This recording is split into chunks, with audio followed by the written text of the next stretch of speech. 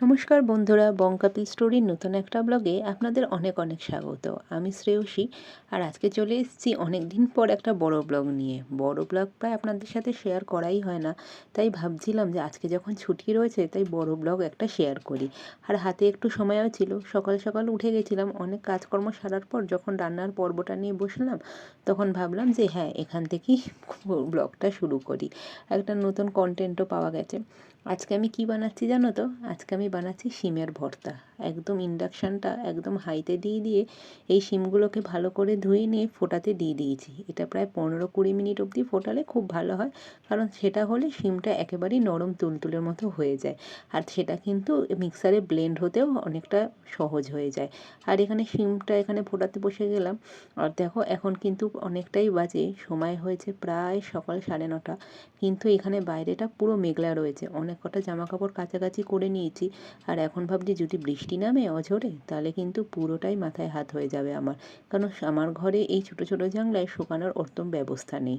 তাই ভাবছি যে কি ভুল করলাম না কি করলাম আজকে। আর এই দেখো, এখানে কিন্তু শিম এখানে হয়ে যাওয়ার পর, সেদ্ধ হয়ে যাওয়ার পর এখানে জলটা ঝরিয়েছি, আর এখানে দেখো রং করা জল বেরিয়েছে, বোঝাই যায় যে শিমগুলোতে একেবারে রং লাগানো। আর এখনো শিমগুলো ধরে দেখলাম যে অনেকটাই নরম হয়ে গেছে। এবার এক কড়াইতে তেলটা গরম করতে দিয়ে দিয়েছি। আমি সাদা তেল ইউজ করেছি, তোমরা সর্ষের তেলও ইউজ করতে পারো, আমি সাদা তেলটা একটু বেশি খাই। আর এই দেখো, মিক্সারে ব্লেন্ড করার জন্য শিমটা আগে ব্লেন্ড করে তারপরে ক্যাপসিকাম আর একটা কাঁচা লঙ্কা দিয়েছি। তোমরা চাইলে 2-3টে কাঁচা লঙ্কাও দিয়ে দিতে পারো, ঝাল অনুসারে দিও। এখানে তেল গরম হয়ে যাওয়ার পর আমি দিয়ে দেবো সাদা জিরা। সাদা জিরাটা একটু ফোটার পর তারপরে এখানে দিয়ে দেবো হলো তোমাদের আদার বাটা, যেটা, কারণ এটা নিরামিষভাবে করছি। আর নাহলে তোমরা কিন্তু পেঁয়াজ কুচি, পেঁয়াজ বাটা আর রসুন বাটাও দিয়ে দিতে পারো একসাথে। আর আমি এখানে শিমগুলোকে হালকা হালকা করে দেখো দুপাশটা এখানে ছাড়িয়ে নিচ্ছিলাম, আর এই আঁশটা ফেলে নিচ্ছিলাম, তাহলে শিমটা একটু নরম খেতে হয়, মুখে অতটা লাগে না। এখানে আদা বাটা দিয়ে দেওয়ার পর টমেটো দিয়ে ভালো করে নাড়িয়ে দিয়েছি। আর নাড়িয়ে দেওয়ার পর যখন দেখো অনেকটা নাড়ানো হয়ে গেছে, কষা কষা হয়ে গেছে, তারপরে কিন্তু শিম বাটাটা দিয়েছিলাম। শিম বাটা দেওয়ার পর একটু হলুদ আর একটু লাল লঙ্কার গুঁড়ো দিয়ে মিশিয়ে ভালো করে সাঁতলিয়ে নিলেই কিন্তু রান্নাটা রেডি হয়ে যায়। খুব সহজ একটা পদ্ধতি, আর খেতেও ভালো লাগে। এমনি আমার গোটা শিমের সবজি খেতে ভালো লাগে না, আলু শিমের সবজি কী বা খায়, ভালোও লাগে না খেতে। তাই এই রেসিপিটা আমি মাঝে মাঝে করি। এই রেসিপিটা কিন্তু আমার মার থেকেই শেখা, এখন কিন্তু আমরা ইউটিউবেও পেয়ে যাবে। রেসিপিটা মার থেকেই শিখেছিলাম ফার্স্ট। আর মা কিন্তু এটা যখন আমিষভাবে করতো তখন একটু ডিম ঝুরি দিয়ে দিত এর ওপর থেকে, তাই সেটা খেতে আরেকটু ভালো লাগতো। রুটির সাথে, ভাতের সাথে, দুটোর সাথেই খেতে ভালো লাগতো। আর এখানে দেখো আমার শিমবাটা রেডি। শিমবাটা খেয়ে দুপুরে লাঞ্চের পর আমি আর তনয় বেরিয়ে গিয়েছিলাম একটু ড্রাইভিংয়ের জন্য। তনয় ফার্স্ট টাইম আজকে গাড়ি চালালো, আর গাড়ি চালিয়ে আমরা বেশি দূর যাইনি, আমরা পাড়ার মধ্যেই ছিলাম। আমাদের পাড়ার সামনে যে রাস্তাটা রয়েছে এটা দুপুরবেলা ফাঁকাই থাকে, আর আরেকটু এগিয়ে গেলে মেন রোড। মেন রোডে উঠিনি, তনয় বলল যে তুমি যখন আজকে বাড়িতেই আছো তাহলে তো একটু সাহস পাচ্ছি, কনফিডেন্স পাচ্ছি, তাই চলো একটু সামনেটা ঘুরিয়ে নিয়ে আসবো, আর আমার হাতটাও একটু পাকা হবে, কারণ ড্রাইভিং ক্লাস তো করেইছি। আর তারপরে প্র্যাকটিক্যালি না করলে অতটা বোঝা যাচ্ছে না। দেখলাম ছেলে ভালোই চালিয়েছে, বেশি স্পিডে চালায়নি। আমি বলছিলাম বেশি স্পিডে চালিও না, হালকা হালকা স্পিডে চালাও, আর টার্নিংগুলো কীরকমভাবে নিচ্ছ সেটা একবার দেখিও। এখানে স্পিডটা বেশি বাড়িয়ে দিয়েছিল, একটু ভয় লাগছিল, কিন্তু তারপরে হয়তো বাড়ি চলে গেছে। ওর কয়েকটা কাজ ছিল ল্যাপটপে, তো সেই কাজগুলো করতে হবে বিকালের মধ্যে, তো সেই জন্য ওইটুকু ব্রেক টাইম ছিল, তো তারপরে ও বাড়ি চলে গেছে। আর আমি এখন যাচ্ছি হলো মাম্মাসি আজকে অপারেশান হয়েছে আর কি, লিভার স্টেনের একটা অপারেশান হয়েছে, তো সেই অপারেশানটা সকালবেলা হয়ে গেছে। সকালবেলা তো আমি যেতে পারিনি, তাই এখন ভাবলাম এখন যাব। তো আমি প্রায় বেরিয়ে গেছি অনেকক্ষণ আগে গাড়ি পার্কিং করে, তারপরে তো আমি বেরিয়ে গেছি, চলে এসেছি। ভর্তি আছে এই কাছাকাছি একটা নার্সিংহোমে, তো ওইখানে যাব। ভাই বোনরাও আসবে, বাকি মামাবাড়ির লোকজনও আসবে, তো ওইখানে যাব। ভিজিটিং আওয়ার্সটা 4টে থেকে 6টা, আমি একটু আগেই বেরিয়ে গেছি, যেহেতু তো ওনার সাথে ছিলাম, সেই জন্য আর বাড়ি ঢুকিনি। তো ওদের একটু দেরি হবে, বাকিদের আসতে। আমি তাড়াতাড়ি হয়ে গেছে, আমি গিয়ে দেখি দেখা করব।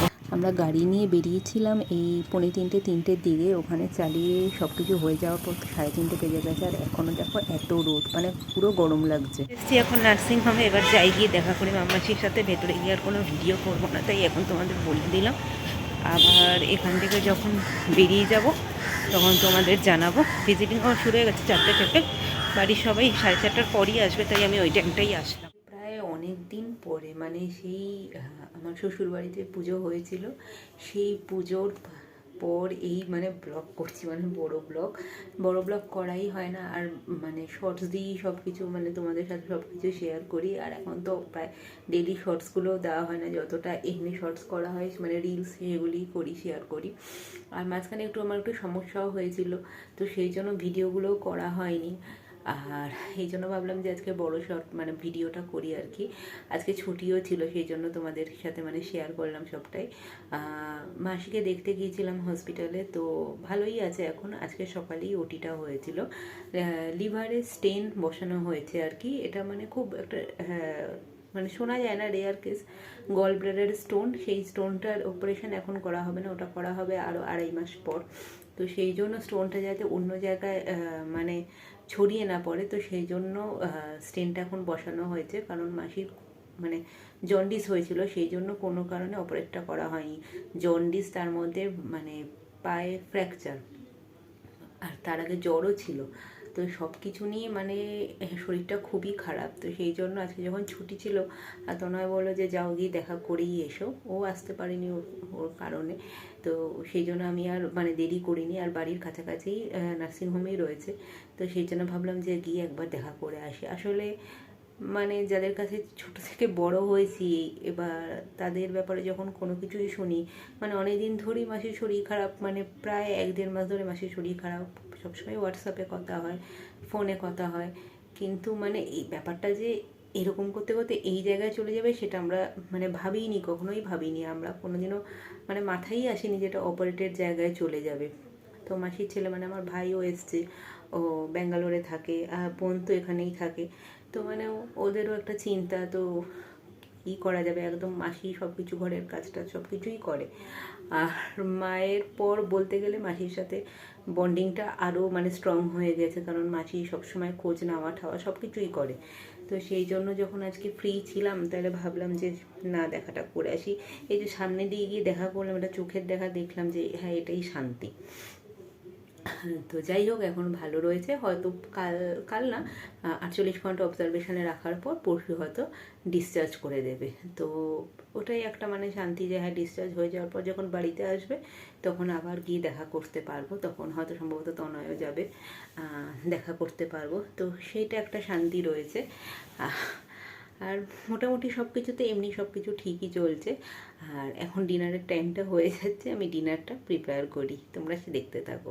এই যে এটা হলো আজকে আমার ডিনার। এবার তোমরা অনেকেই হয়তো ভাবতে পারো যে ডিনারে এটা কি রয়েছে। এটা হ্যাঁ, এইটা তো বুঝে গেছো, আলু সিদ্ধ, ডিম রয়েছে। আর এই যে ব্রাউন ব্রাউন, এগুলি হলো মানে মানে চিকেনের মেটে যেটা বলে সেটা। আর হালকা পেঁয়াজ আছে, আর হালকা মুসুর ডাল রয়েছে। এটা একসাথে মাখিয়ে এটা খাবো। এটাই আমার আজকের মতো ডিনার। আর কারণ এই দুদিন খুব হেভি খাওয়া হয়ে গেছে, দোল হোলি এই সব কিছু মিলে অনেক হেভি খাওয়া হয়ে গেছে। এই জন্য ভাবছিলাম একটু হালকা পাতলা ডিনার করব। ভাত তো আমি এমনিও রাতে খাই না, তো ভাত অনেক করেছিল, তাও তুলে রেখে আমি এইটুকু এটাই খেয়ে নেবো আজকে রাত্রে। ব্যাস হয়ে যাবে, এতেই অনেকটা পেট ভরে যাবে। ব্লগের তো মানে করাই হয় না, যেটা তোমাদের বলছিলাম। আর আজকের ভিডিওটা কেমন লেগেছে তোমরা অবশ্যই সেটা কমেন্ট বক্সে জানিও, লাইক করো, শেয়ার করো। আর যারা যারা আজকে চ্যানেলে ভিডিওটা ফার্স্ট দেখলে, তারা অবশ্যই চ্যানেলটা সাবস্ক্রাইব করো। দেখা হবে নেক্সট ব্লগে। ততক্ষণের জন্য ভালো থেকো, সুস্থ থেকো। আর হ্যাঁ, গরম পড়ছে, সবাই কিন্তু স্কিনের, শরীরে, চুলের সব কিছুর যত্ন নিয়েও লাইট খাওয়া দাওয়া করো, বেশি রিচ খাওয়া দাওয়া করো না। প্রপার এক্সারসাইজ করো, একটা মানে প্রপার মানে সামার ডায়েট মেনে চলো, যাতে এই শরীরটা প্রথম দিকেই খারাপ না হয়। দেখা হবে নেক্সট ব্লগে। মানে খুব তাড়াতাড়ি মানে বড় ব্লগ আনার চেষ্টা করবো। এবার কবে করবো সেটা এখনই কথা দিতে পারছি না। তো ততক্ষণের জন্য ভালো থেকো, সুস্থ থেকো, আর পরিবারের সবাইকে নিয়ে ভালো থেকো। টাটা।